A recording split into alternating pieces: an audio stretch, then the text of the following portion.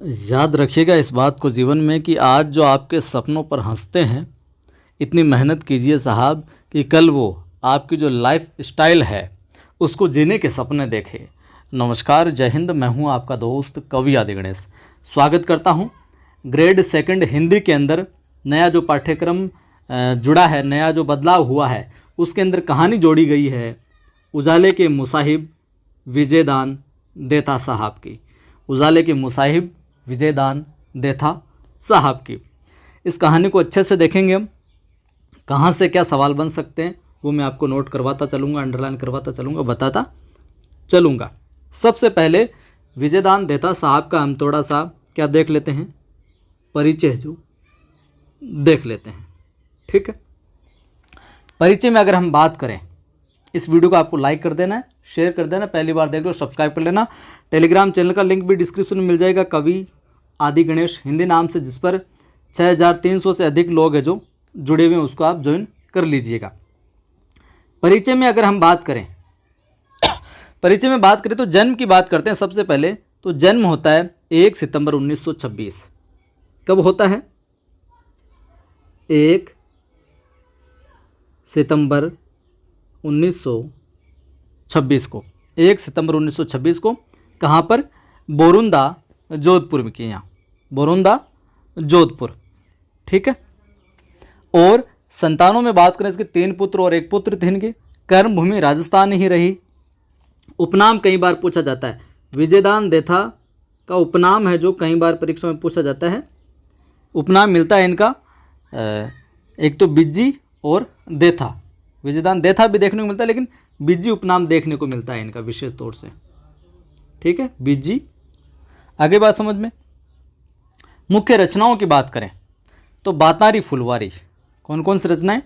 बातारी फुलवारी, टिड्डोराव, कब्बू रानी, उलझन और अलेखुन हिटलर।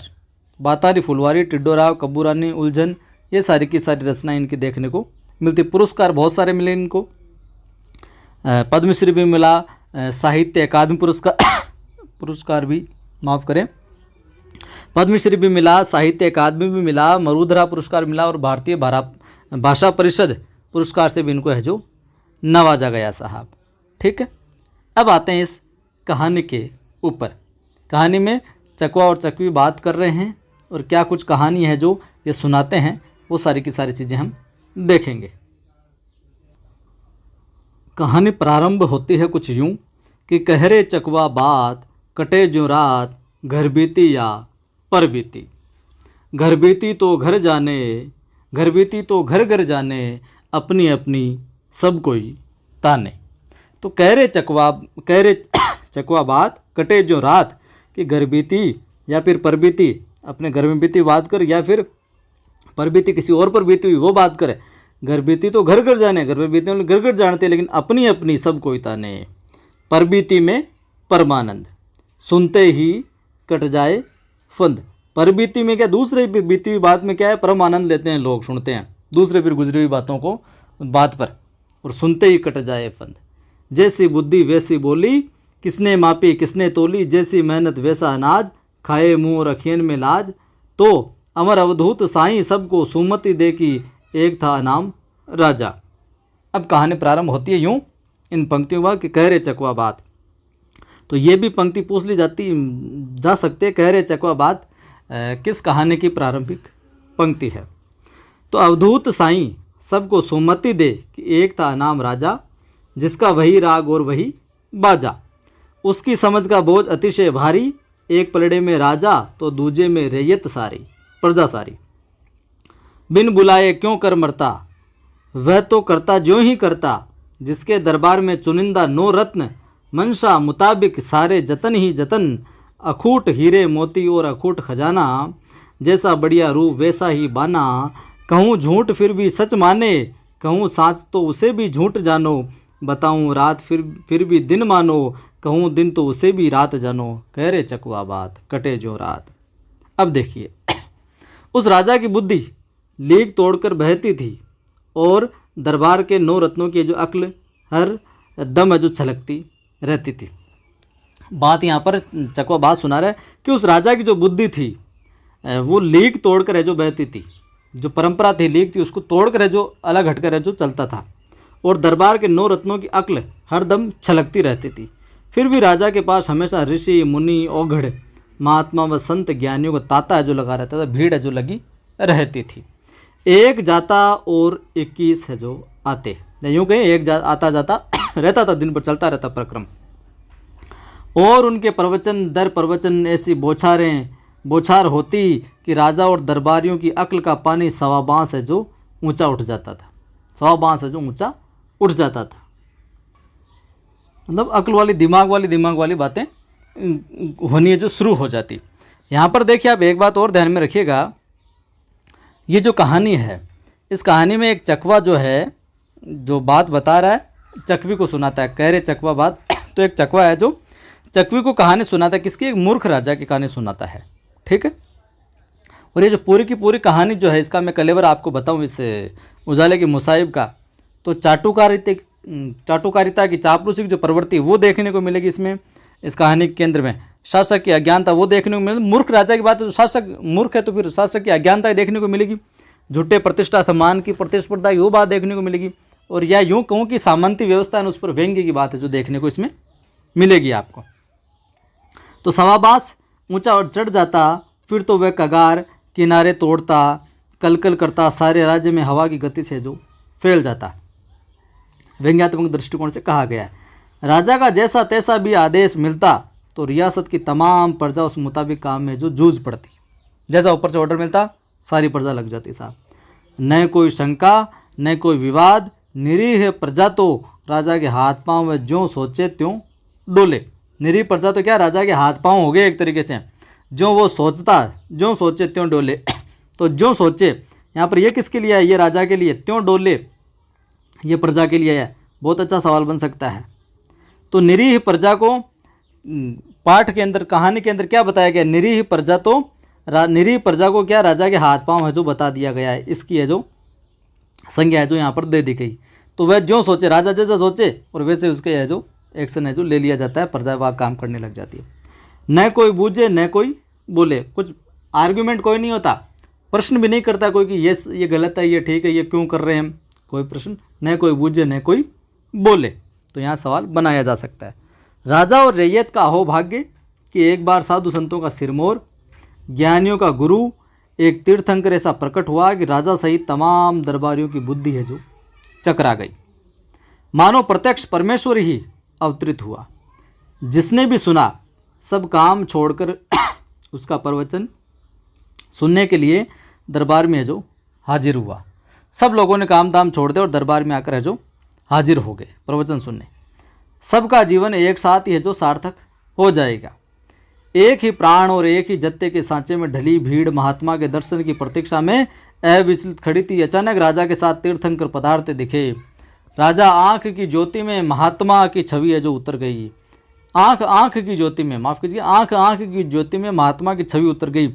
इससे तात्पर्य ये हुआ कि जो महात्मा जी थे उन महात्मा जी को हर एक जन की जो आंखें हैं जो देख रही थी केवल उन्हीं को। तो आंख की ज्योति में महात्मा की छवि है जो उतर गई साहब।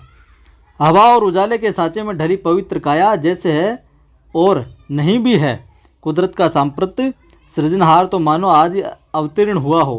प्रवचन सुनाते ही कलुषित काया का है जो मल धुल जाएगा एक तरीके से। इस प्रकार की उनकी देह थी साहब। प्रत्येक बंदे की याचक दीठ महात्मा के चरणों में लौटने लगी। प्रत्येक बंदे की याचक दीठ दृष्टि महात्मा के चरणों की ओर जो झुक गई, मतलब प्रणाम के निवेदन, प्रणाम के लिए। आशीर्वचन के उपरांत आशीर्वाद देने के बाद में महात्मा के होठ खुले जैसे स्वयं कुदरत की अपने मुंह से बखान है जो कुदरती अपने मुंह से बखान सुना रही हो, और प्रजा के कानों में अमृत सा है जो घुलने लगा। व्यंग्यात्मक यहाँ पर सामाजिक जो व्यवस्था उस पर व्यंग्य किया गया, एक तरीके से सामंतवादी सोच का चित्रण भी यहाँ पर किया गया। तो व्यंग्यात्मक यहाँ पर भाव है जो चल रहा है। बिजली की लहरों के उन्मान महात्मा के श्रीमुख से शब्दों की आभा निस्तृत हो रही थी। काले बहरे अंधियारे को मिटाकर तुम्हें संपूर्ण उजियारा जगमगाना है। केवल चिरंतन प्रकाश से मनुष्य जीवन है जो सार्थक होगा। अंधियारे में औंधी सूझती है, उजियारे में सब कुछ स्पष्ट नजर आता है।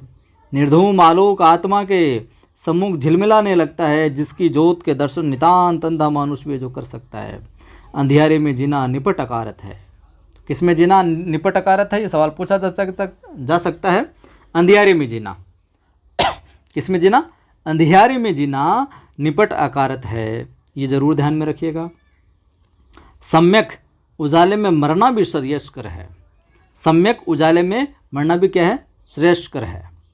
इसलिए अंधियारे को हर घड़ी हर पल मिटाने का प्रयास करो और अनंत उजियारे की अखंड ज्योत जलाओ। अधिक भागवत बाँचने में कोई सार नहीं। इस बखान के बहाने तुम्हें सूरज की ये दिव्य किरण सौंप रहा हूँ। ज्ञान चल रहा है, इसके चमत्कार से अभेद्य अंधियारे को मिटाने का प्रयास करना तुम, तभी तुम्हारे अंतस का अकलुषित उजियारे से साक्षात्कार है जो होगा, जिसमें कालुष्य नहीं, उस उजियारे से परब्रह्म की अनुभूति होगी। अंधियारा नरक की अमिट कालिमा है और अनिंदे उजियारा स्वर्ग का प्रत्यक्ष रूप है। तो अंधियारा नरक की अमिट कालिमा है, तो नरक की अमिट कालिमा किसे बताया गया है, तो ये सवाल पूछा जा सकता है, ध्यान में रखना। नरक की अमिट कालिमा बताया गया किसको, अंधियारे को।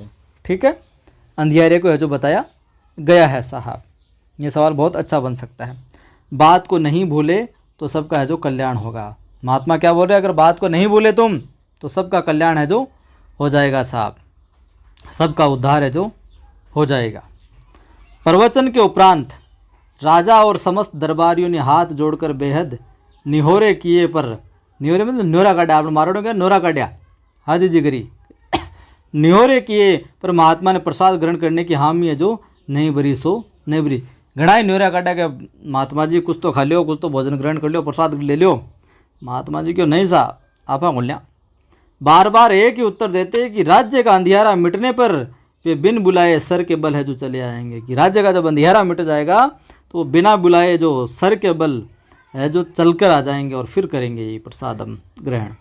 तब तक वे इस धरती पर पानी की बूंद तक नहीं चखेंगे साहब। इतना बड़ा संकल्प देखो, व्यंग्य की भाषा। वे जिस तरह अवरोहित हुए उसी तरह सपने की नाई है जो अंतर्धान हो गया। आप कहें सपना जियाँ सपनाली नाई, तो कि वे जिस तरह अवरोहित हुए, जिस तरह आए उसी तरह सपने की तरह जो अंतर्धान है जो हो गए, चले गए। उस राजा को तो बस कोई बहाना भर मिलना चाहिए था। चकवा चकवी से सुना रहा है मुख्य राजा कहानी कि उस राजा को तो बस कोई बहाना भर मिलना चाहिए था, फिर तो उसके दिमाग में जुगनू झिलमिलाने लगते। तो ध्यान में रखना, ये सवाल पूछा जा सकता है, बहुत महत्वपूर्ण, कि किसके दिमाग में जुगनू झिलमिलाने लगते थे, या किसके दिमाग में जुगनू झिलमिलाने लगते, तो किसके, राजा के। बरसों के बाद ऐसा सुनहरा सुयोग मिला तो वह गुरुमुखी राजा दूसरे दिन ही राज के 9 रत्न व दरबारियों के साथ बैठकर अंधकार को मिटाने की खातिर आज आमादा हो गया, तैयार हो गया कि 9 रत्नों के साथ में कि आज अंधकार मिटा के छोड़ेंगे। सिंहासन, मुकुट और खजाना उसी दिन सार्थक होंगे जब चिरंतन प्रकाश की बधाई सुनकर महात्मा सोने के थाल में प्रसाद ग्रहण करेंगे। पर राजा तो राजा ही होता है, पूरे राज्य का एक छत्र अधिपति। बुद्धि के बिना इतनी बड़ी रियासत एक घड़ी भी नहीं चल सकती। शरीर की ताकत तो बुद्धि के पीछे चलती है साहब, वरना शेर, सुअर, हाथी या भेड़िया ही मनुष्यों का है जो राजा होता है, मनुष्यों का राजा होता, अगर ये बुद्धि वाला काम नहीं होता तो। घड़ी भर तक राजा, दीवान और 9 रत्न सभी चुपचाप विचार करते रहे। थोड़ी देर तक तो राजा, दीवान और 9 रत्न सभी चुपचाप रहे, विचार करते रहे। उनके राज्य से अंधेरे को हमेशा के लिए कैसे खदेड़ा जाएगा, कि अंधेरे को निकालें कैसे साहब। दुनिया में ऐसा कौन सा मसला है जो गहराई से सोचने पर नहीं सुलझे। अकस्मात राजा की छलकती बुद्धि में बिजली के उन्माद ने एक विचार कौंधा। अचानक से राजा की बुद्धि के अंदर एक बिजली के जैसे त्वरित गति से बिजली संचारित होती है, उसी तरीके से एक विचार आया। क्या, कि गहरे चिंतन की मुद्रा बनाकर उसने दीवान से पूछा। दीवान से पूछता है, क्यों दीवान जी, पिछले साल, सोच के थोड़ा देर, नहीं 3 साल पहले राजमहल का तहखाना बाढ़ के कारण पूरा भर गया, तो उलीच कर सारा पानी बाहर है जो उछाला था कि नहीं। हाँ उछाला था अंदाता। तो ये पूछा जा सकता है, क्यों दीवान जी पिछले साल। नहीं, किसका कथन है, राजा का। तो हाँ उछाला था अंदाता, दीवान कहता है। मुझे आज की तरह याद है, तुम सब लोग अच्छी तरह जानते हो कि मैं याद रखने वाली बात कभी नहीं भूलता हूँ। दीवान सिर झुकाकर बीच में बोला, हुजूर के भूलने पर तो सर्वत्र प्रलय हो जाएगा। ध्यान में रखना, बहुत अच्छा सवाल बन सकता है ये, कि हुजूर के भूलने पर तो सर्वत्र प्रलय हो जाएगी, आप भूल जाओ तो प्रलय हो जाएगा। ये भी राजा को चढ़ा के रखता है, दीवान भी। तो ये दीवान का कथन है। मैं तो प्रवचन के दौरान ही महात्मा जी के मन की बात है जो भांप गया था। दीवान भी चिपकाता है कि मैं तो प्रवचन जब हो रहा था ना महात्मा जी का, उसी समय पता चल गया था मुझे तो ये बात है साहब। गुलाबी अधरों पर गुमान की मुस्कुराहट छितराते राजा ने कहा, अंधेरा मिटाने की आधी दूधी तरकीब तो उसी समय सोच ली थी। मुझे पक्का भरोसा है कि तय करने के पानी की तरह अंधेरा भी उलीसने पर जो समाप्त हो जाएगा। क्यों? उलीसने के बाद वो पानी तय करने से वापस है तो वापस तो नहीं आया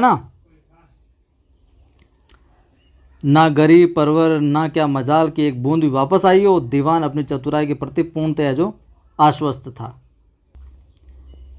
आगे साहब फिर राजा ने नाभि तक गहरी हामी भरी। तब तो ये बात दिन के उजाले की तरह साफ है कि अंधेरा भी उलीसने पर वापस नहीं आएगा। अंधेरा को भी उड़े लेंगे हम, निकालेंगे तो बाहर वापस नहीं आएगा। हाँ गरीब नवाज, दीवान ने मिलती मारते है जो कहा। हाँ में हाथ टिका दी उसने भी। हमेशा हमेशा के लिए इसका काला मुंह हो जाएगा। एक रत्न ने गर्दन खुजाते आशंका प्रकट की। पानी तो उलीस कर तय करने से बाहर उछाल दिया, मगर अंधेरे को कहाँ उछालोगे?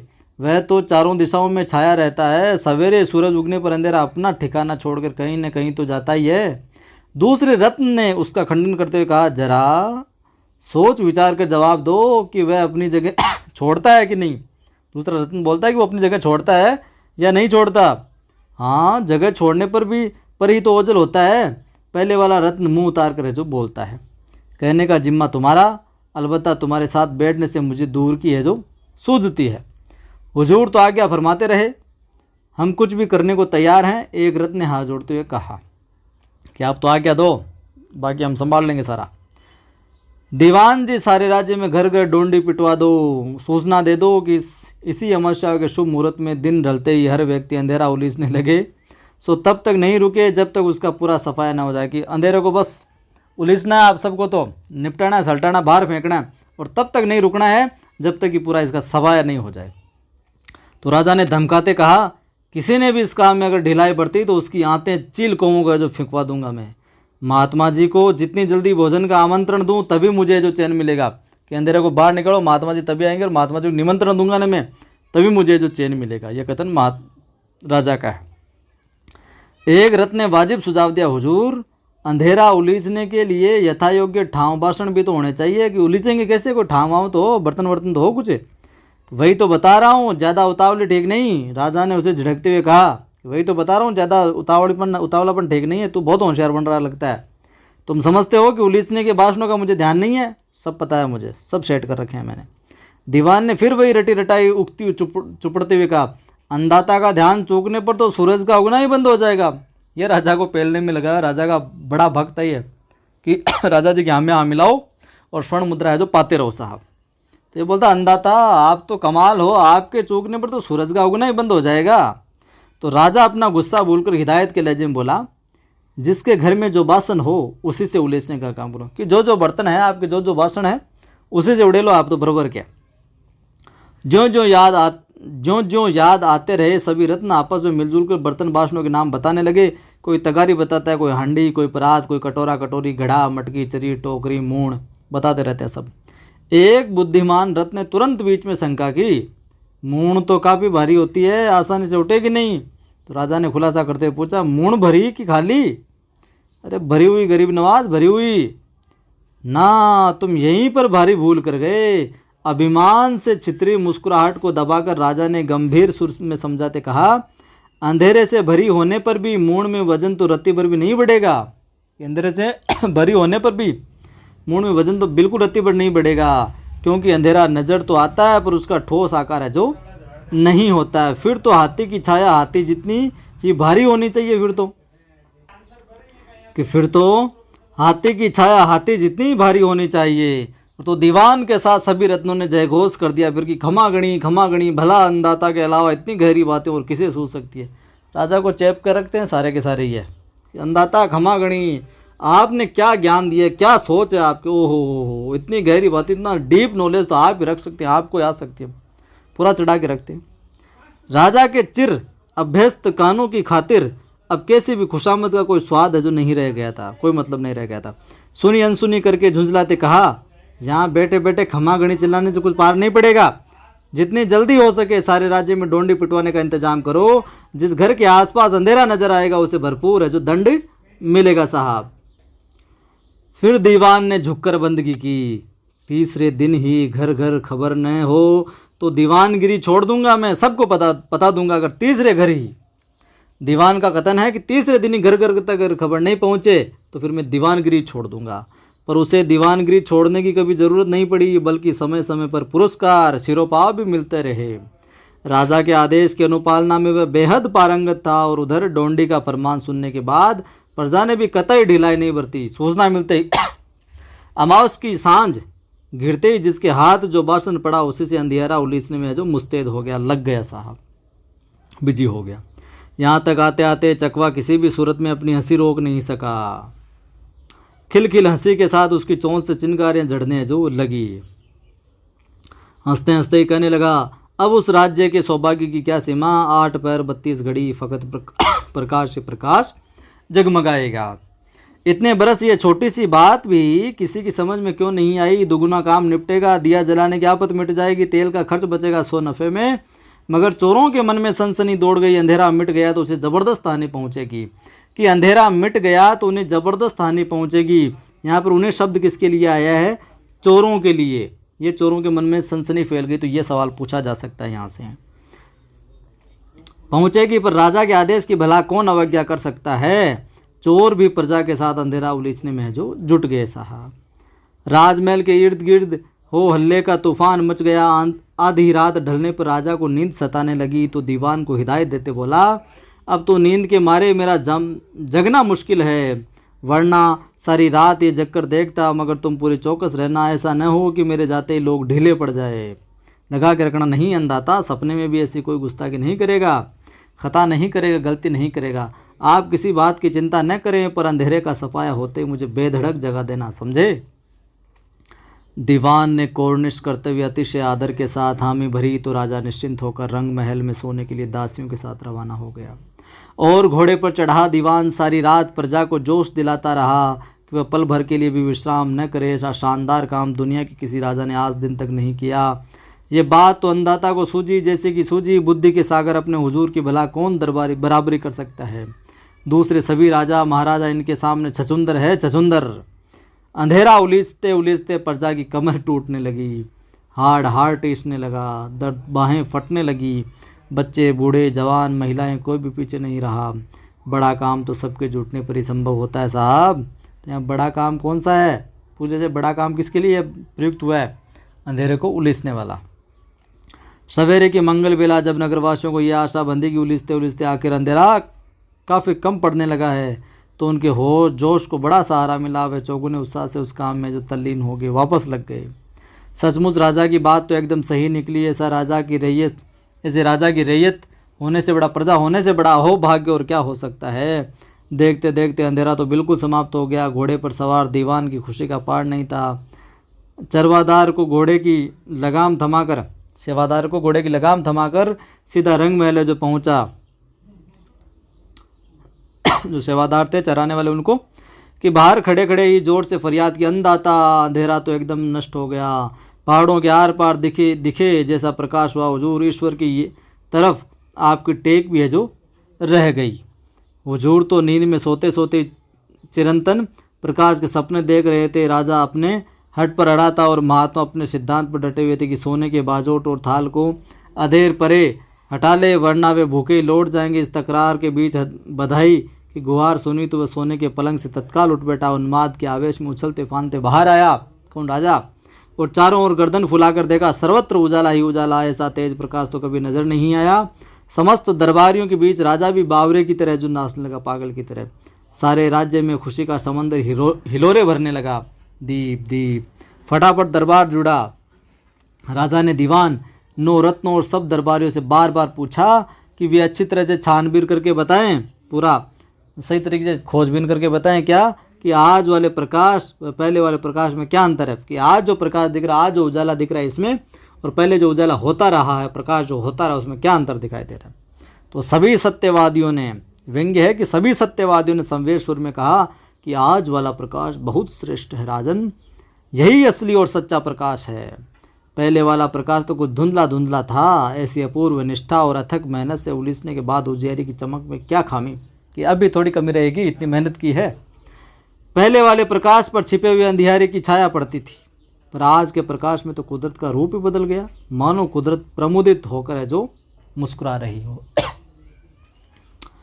आनंद में सराबोर राजा ने खूब दान पुण्य किया। फिर चतुर दीवान को आदेश दिया कि जहाँ कहीं भी हो उन पहुँचे हुए महात्मा को लाने के लिए 100 घोड़े दौड़ाए। तो महात्मा को लाने के लिए कितने घोड़े दौड़ाने के लिए कहा राजा ने? 100 घोड़े दौड़ाए। उनके चरण पखालने पर यह जो उसका जीवन सार्थक होगा। उनके चरण यानी महात्मा के, राजा कह रहा है कि उनके मैं चरण पखारूंगा ना तभी मेरा जीवन है जो सार्थक होगा, वरना तो व्यर्थ जीवन ही। एक रत्न ने धीमे से कहा, हुजूर 2-3 दिन तो इस प्रकाश की जांच पड़ताल कर लेते, कैसी बहकी बहकी बातें कर रहे हो। राजा के बीच में टोक कर बोला। राजा बीच में टोक कर बोलता है, कुछ भी जांच करने की ज़रूरत नहीं है, अब तो इसके पुरखे भी अपने राज्य की ओर मुँह जो नहीं कर सकते। इसके पुरखे नहीं अंधेरे के। तुम्हें इस नए प्रकाश की कुछ विशेषता जो नजर नहीं आती?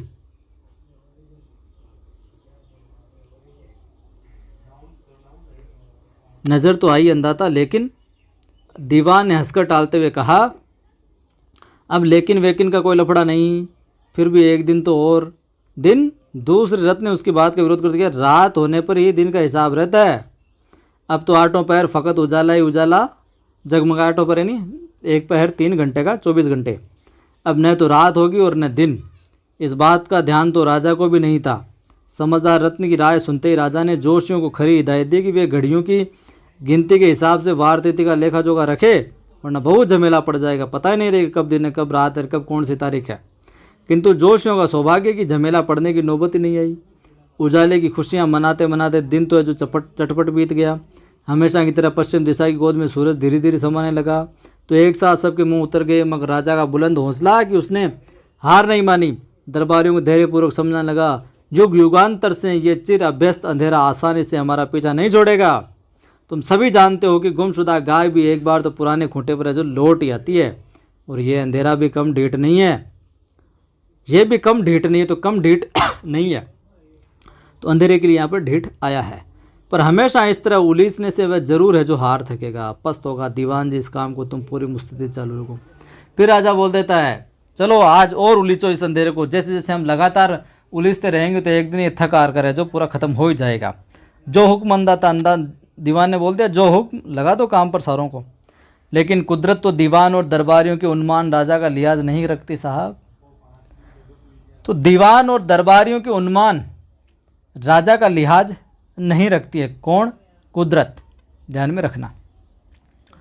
कई पखवाड़ों तक उलीसने के उपरांत भी अंधेरे का सफाया जो नहीं हुआ, वह तो प्रतिदिन सूर्योदय के साथ लोप हो जाता, सूर्योदय के साथ लोप हो जाता और उसके अस्त होते जो अपना विकराल रूप लेकर जो वापस प्रकट हो जाता। कौन? अंधेरा।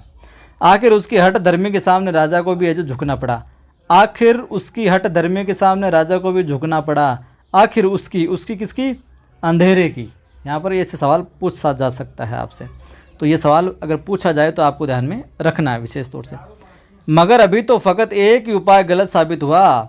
यूँ चुपचाप बैठने से राजा का काम नहीं चलता, कुछ न कुछ तरकीब तो फिर सोचनी होगी। बेचारी तरकीब का क्या बूता कि वे राजा के सोचने पर नहीं सूझे। तरकीब को तो भाग के आना पड़ेगा कि राजा ने बुलाया, तरकीब को भी आना पड़ेगा दिमाग में। देखिए साहब, तो उस राजा को अपने दीवान और 9 रत्नों पर बेहद अभिमान था। वैसे धुरंधर विद्वान किसी दूसरे राज्य में नहीं थे, और न उस जोड़ का राजा भी दुनिया में कोई दूसरा नहीं था। सारे एक दूसरे को लपेटने वाले थे।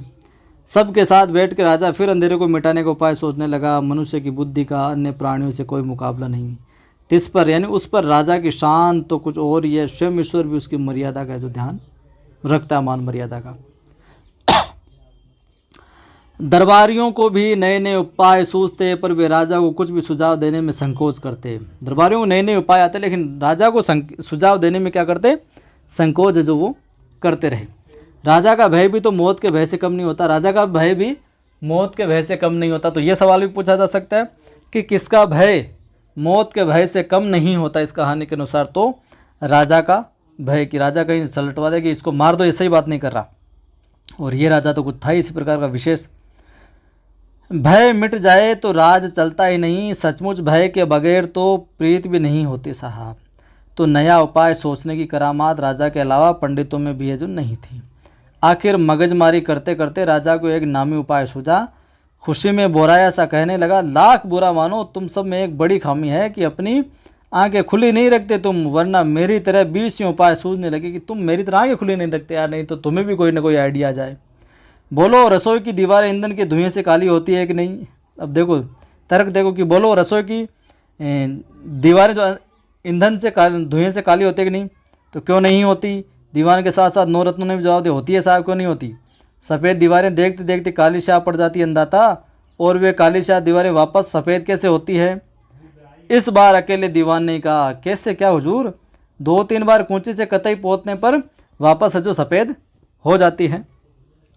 तो राजा ने परिहास के हास्य से जो मुस्कुराकर पूछा, अब भी नहीं समझे बेवकूफ़ों? राजा के मन का भेद उसके बिना कहीं सब समझ आते थे, फिर भी न जाने किस मजबूरी के कारण दीवान को कहना पड़ा, नहीं हुजूर हमारी बुद्धि आप जैसी कहाँ चलती। और चढ़ाता कि हमारे में दिमाग कहाँ आप जितना, आप तो परम ज्ञानी हैं, आप तो गहराई तक सोच लेते हैं।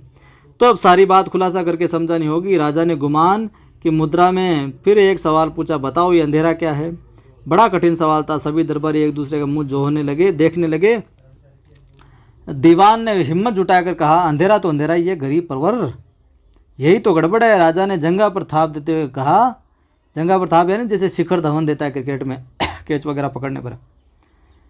इतना भी नहीं जानते कि ये अंधेरा तो फकत सूरज की लपटों का धुआं है एक तरीके से। सभी दरबारी खुशी में जो उछलते बोले, हाँ अंधाता, हाँ अंधाता, अब कहीं सारी बात समझ में आई हमारे। तो रसोई के धुएं की तरह अंधेरे को पोतने से वह भी है जो सफ़ेद झक हो जाएगा एक तरीके से। सफ़ेद झक ये बिल्कुल देशज भाषा के शब्दों का प्रयोग है जो किया गया लोकल क्षेत्र के। स्वयं आश्वस्त होने के लिए राजा ने जोर से पूछा, बोलो होगा कि नहीं? क्यों नहीं होगा हुजूर, ज़रूर होगा। तो दीवान जी अब सारे राज्य में परवान भिजवाने का जिम्मा तुम्हारा, देखो ढील नहीं हो इसमें। राजा के कहने पर ढील होने की गुंजाइश ही कहाँ थी साहब। ढिंडोरा पिटवाने की पूरी तैयारी तो पहले ही कर रखी थी। 130वें दिन ही राज्य की प्रजा दिन अस्त होते ही कलई का घोल और कूचियाँ लेकर अंधेरे को पोतने लगी। फिर विश्राम का नाम ही नहीं, वही अंधेरा और वही कूचियाँ साहब पोतने में लग गई। आधी रात ढलने पर कृष्ण पक्ष की पंचमी का चांद गगन की कोख से बाहर आया तो धीरे धीरे चांदनी घुलने लगी। हाँ, इस बार ये उपाय कुछ तो कारगर साबित हुआ। कलई पोतने से अंधेरा थोड़ा थोड़ा सफ़ेद होने लग गया था। महाबली मनुष्य के हाथों प्रपंच करने पर ऐसी कौन सी बात है जो पार न पड़ेगी? इस मनुष्य कोई सोच ले और मनुष्य कोई हाथ से काम करने लग जाए, कौन सी ऐसी बात है जो पार है जो नहीं पड़े? वो भी होकर रहेगी वो बात भी। आखिर पुताई करते करते अंधेरा तो दीप दीप है जो करने लगा, और ऐसा उजाला तो पहले कभी नहीं हुआ था। सूरज की धूप को भी मात करे जैसी पुताई। दीवान ने फिर रंग महल के बाहर खड़े होकर खुशखबरी सुनाई, अंदाता ये उपाय तो ज़बरदस्त कामयाब रहा। फ़कत होली दिवाली पोतने पर ही सूरज की लपटों का धुआं सफ़ेद झग हो जाएगा। राजा ने रंग महल से बाहर आकर देखा तो दीवान की पूरमपुर सही है जो निकली, पूरी की पूरी बात सही निकली। दमकते प्रकाश की ओर राजा से देखा तक नहीं गया। आंखें टमकारते बोला, पुताई ज़्यादा कर दी, आंखें चुंदिया रही है, ज़्यादा रोशनी होने लग गई है। हाँ जहाँ पना भूल हो गई। दीवान ने हाँ में हाँ मिलाते कहा, कुछ तो कलई गाड़ी थी और कुछ है जो पुताई। डरने की कोई बात नहीं, ढांढस बताने की मनसा से राजा ने बीच में ही बोला, राजा पहली बार भूल हो ही जाती है, आगे ध्यान रखना, ठीक है? दीवान ने हाथ जोड़कर कहा, पूरा ध्यान रखूंगा गरीब परवर। तो गरीब परवर यहाँ किसके लिए? राजा के लिए शब्द प्रयोग कर रहा है दीवान। शाबाश, अच्छी तरह ध्यान रखने से कभी किसी काम में खोट नहीं रहती। पर दीवान की चौकसी के बावजूद पुताई के काम में पूरी खोट रह गई। कुदरत को किसी का कुछ ध्यान नहीं था। हमेशा की तरह दिन अस्त होते ही अंधकार तो फिर प्रकट हो गया, और वैसा ही था और वैसा ही काला स्याह। सभी दरबारियों के मुंह सांवले पड़ गए, पर बुलंद हौसले वाला राजा हताश नहीं हुआ। अब भी राजा को कुछ न कुछ खोपड़े में चल रहा है। चकवेज ने पूछा, ध्यान से सुन रही हो ना? चकवा फिर चकवी से पूछता कि ध्यान से सुन तो रही हो ना मेरी बात? उफ, बीच में रस भंग मत करो यार। चकवी ने चेक कर कहा, उफ, बीच में रस भंग मत करो, किसका कथन है? चकवी का। पूछा जाएगा साहब, लगता है कि यही से सवाल बनेगा। चौंक कर कहा, यार तुम रसभंग मत करो, सुनाओ। दुनिया में एक भी ऐसा प्राणी है जो तुम्हारी बात को ध्यान से न सुने। खाने पीने की भी सुध नहीं रहती, और ये बात तो इतनी शानदार है कि कानों के बिना भी सुनी जा सकती है। बस तुम कहते जाओ और मैं सुनते रहूं। चकवे के कंठ में जाने कितनी बातें बसी हुई थी। जीवन सहचरी के मुंह से ऐसी प्रशंसा सुनकर उसके उत्साह में उफान आ गया। जीवन सहचरी के मुंह से प्रशंसा सुनकर, तो जीवन सहचरी यहाँ पर किसके लिए आया? चकवी के लिए, ध्यान में रखना, चकवी के लिए आया। ठाठ से कहने लगा, कुछ दिन ठहर कर 9 रत्नों को राजा ने अपने पास बुलाया। उन्हें काफ़ी देर समझाने के उपरांत उसने अंत में कहा, यूँ निराश होने से काम नहीं चलेगा। तुम मेरे राज्य के 9 सूरज हो, थोड़ा दिमाग लड़ाओ, और तो बेचारे अंधेरे की क्या औकात जो तुम्हारे सामने टिक सके। आज ये दिन उगने से घड़ी भर पहले एक मामूली दिए की लो देकर मुझे एक नई बात सूझी। बड़े गौर से समझने की कोशिश करना। दिया जलाने पर उजाला होता है कि नहीं होता है? अंधाता हमेशा होता है। दीवान ने सबसे पहले हामी भरी। साहब, घर में चूल्हा जलाने का उजाला होता है कि नहीं होता? होता है साहब। फिर हाँ बढ़ते हैं। तो इस बार 9 रत्नों ने एक साथ स्वीकार किया, होता है अंधाता, हमेशा होता है। भला चूल्हा जलाने पर उजाला क्यों नहीं होगा अंधाता? बस यही बात अच्छी तरह समझने की है। राजा दृढ़ विश्वास के साथ कहने लगा, हम अंधेरे को जलाते हैं तो उजाला होता है, उसके जलते ही प्रकाश प्रकट होता है। को समझे या नहीं? दीवान और 9 रत्नों ने फिर जोश के साथ जवाब दिया, समझ गए गरीब परवर, अच्छी तरह समझ गए। आप समझाए और हम न समझे, भला ये कैसे हो सकता है? तो फिर ढील की इस बात की। राजा उतावली दर्शाते बोला, मेरे राज्य में लाखों आदमी है, यदि हर आदमी दोनों हाथों में मशालें लेकर अंधेरे को जलाने लगे तो पीछे मुट्ठी भर राख भी है जो नहीं बचेगी इस अंधेरे की। पूरा नष्ट होने के बाद वह चूं तक करने के काबिल नहीं रहेगा। हाँ गरीब नवाज, ये उपाय तो वाकई बेमिसाल है। इतना कहकर बेमिसाल है, बस राज्य में डोंडी पिटवाने भर की देर है, फिर तो अकूट आलोक हरदम जगमगाता रहेगा। बस आप तो डोंडी पिटो और फिर आलोक हो जाएगा, प्रकाश प्रकाश। इतना कहकर दीवान तो अदेर वहाँ से रवाना हो गया। उसके बिना देर के, अदेर यानी बिना किसी देरी के। उसके जी को भी है जो कम बवाल नहीं था, उसको भी संकट ही था कि राजा किसी दिन गुस्सा हो गया तो अपने को सल्टा देगा। राज्य का फरमान जारी होने पर किसकी हिम्मत जो विरोध करे। सारे राज्य की रैयत दोनों हाथों में मशालें लेकर अंधेरे को है जो जलाने लगी। सो सवेरे तक जलाती रही। पैरों पर खड़े हो सकने वाले बच्चे भी उस महायज्ञ में जो शामिल हो गए। मनुष्य इतना प्रपंच करे तो कुछ भी है जो असंभव नहीं है। अंधेरा तो जलकर भस्म हो गया और आज तक है जो नहीं बढ़ सका कि अंधेरा जलकर भस्म हो गया। तो अब साहब क्या हुआ? राजा ने अपनी बात को प्रमाणित करने के आशय से पूछा, क्यों दीवान जी, पहले की तरह ये उजियारा सूरज का प्रकाश तो नहीं है? राज दरबार के दीवान तो सवालों के पहले ही जवाब तैयार रखते हैं। हाथ जोड़कर बोला, नहीं जहाँ पना, हरगिज़ नहीं। बेचारे सूरज की ऐसी सूरत ही कहाँ, ये तो सांप्रत जले हुए अंधेरे का है जो उजाला की, जो अंधेरा जला था उसी का उजाला है ये तो। फिर उसने 9 रत्नों की ओर देखकर पूछा, क्यों आपको भी कुछ फ़र्क नज़र आ रहा है कि नहीं? फ़र्क तो है, नज़र क्यों नहीं आएगा? 9 रत्नों ने एक साथ गर्दन हिलाकर जवाब दिया, इस तरह जला हुआ अंधेरा अब यूँ शायद ही है जो जिंदा हो सके। अब ये अंधेरा जिंदा नहीं होगा। दीवान और 9 रत्नों के अडिग विश्वास से राजा को भी अपने उपाय पर है तो पुख्ता भरोसा हो गया। अब शायद दान पुण्य व निश्रावल करने से भरोसा और भी दृढ़ हो। इस उद्देश्य से राजा ने दान पुण्य किया, निछावर किया, और दान पुण्य में कोई कसर न रखी और निछरावल में भी साहब बांटने में भी।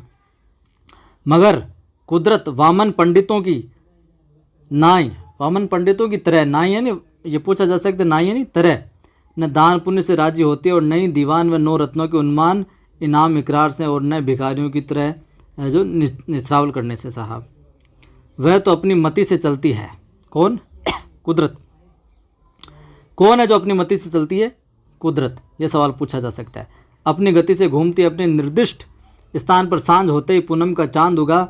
होले होले चांदने की आभा सर्वत्र फैलने लगी। दीवान 9 रत्नों और दरबारियों ने सोचा कि अंधेरे को पूरा जलाने में थोड़ी खामी रह गई। ये 5, 7, 12 चित्र जलाने से राजा की तरकीब निसंदेह कारगर साबित होगी। इसमें कोई मीन मेख नहीं, कोई भी कमी नहीं निकाल सकता, कोई कमी नहीं है। आखिर अंधेरे को जलाने का उपाय भी व्यर्थ हुआ। सभी दरबारियों के मुंह पर कालिक पुत गई, मगर राजा का तेजस्वी मनोबल रंचमात्र मलिन नहीं हुआ। नया उपाय सोचने में सिर खपाने लगा। भला ऐसी कौन सी गुत्थी है जो मनुष्य के चाहने पर न सुलझे? कुछ दिन अकेले सोचते सोचते एक नई युक्ति सूझी और सूझते स्वयं आश्वस्त होने के लिए समस्त दरबारियों की विशेष बैठक बुलाता है। दीवान और 9 रत्नों को अपनी समझ पर भले ही अविश्वास हो, किंतु राज्य के एक छत्र अधिपति की सूझबूझ पर उन्हें 21 आना है जो भरोसा है पूरी की तरीके से। राजा ने भिड़कते ही उनसे पूछा, बोलो हाथी में ज़बरदस्त ताकत होती है कि नहीं होती है? तो राजा बार बार नए नए सवाल पूछता है। हाथी में ज़बरदस्त ताकत होती है कि नहीं होती है? कौन पूछता है? राजा।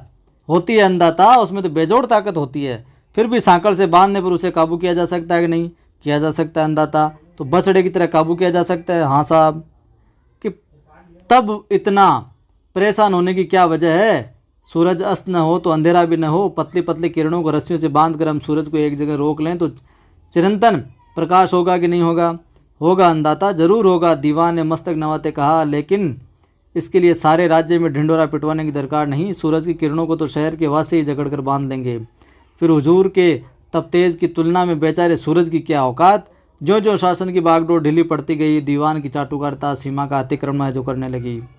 दीवान की चाटुकारिता सीमा का जो अतिक्रमण करने लग गई, अब आगे बढ़ने लगा दीवान। और पर कुदरत न किसी राजा की खुशामद करती और न उसका है जो और न उसका अंकुश मानती है।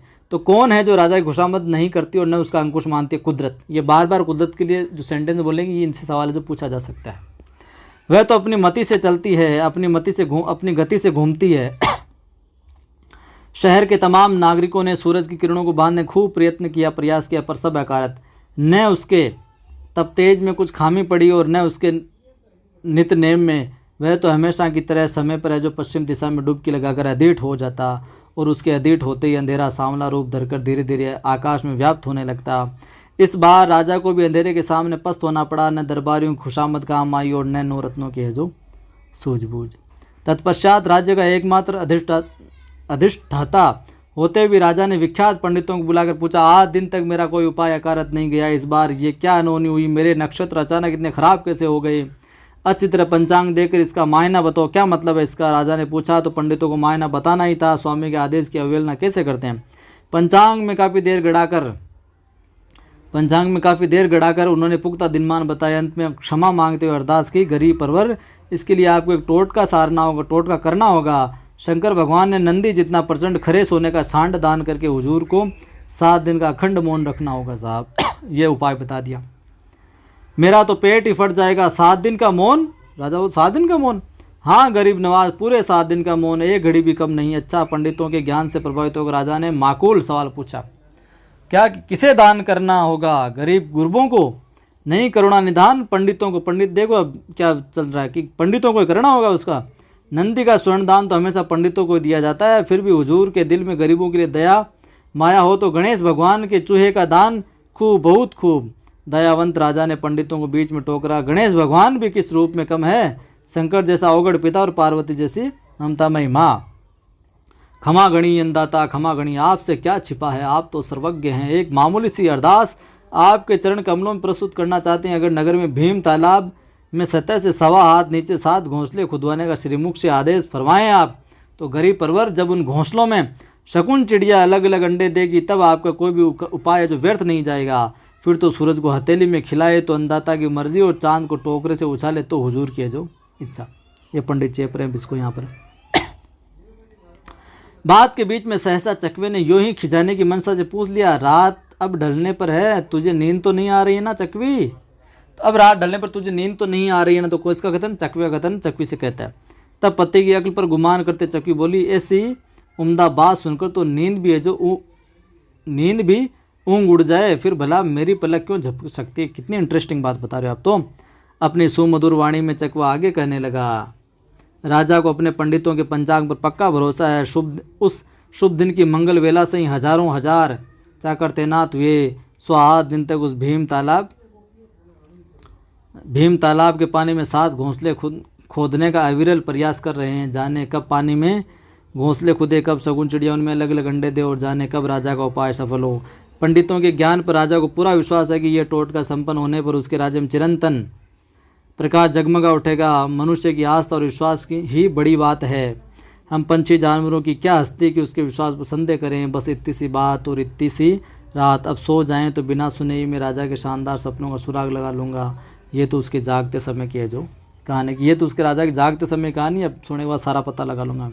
तो ये थी कहानी उजाले के मुसाहिब यानी सेवादार। अच्छा लगा तो लाइक कर दीजिए, शेयर कर दीजिए, पहली बार देख रहे हैं चैनल को सब्सक्राइब कर बेल आइकन क्लिक कर लीजिए ताकि हर वीडियो की सूचना मिलती रहे। टेलीग्राम चैनल का लिंक डिस्क्रिप्शन में है। कवि आदि गणेश हिंदी नाम से टेलीग्राम चैनल है जिस पर 6300 से अधिक लोग जुड़े हुए हैं, उसका आप ज्वाइन कर सकते हैं। वहाँ पर सूचना वगैरह सवाल वगैरह मैं डालता रहता हूँ। जय हिंद, फिर मिलता हूँ।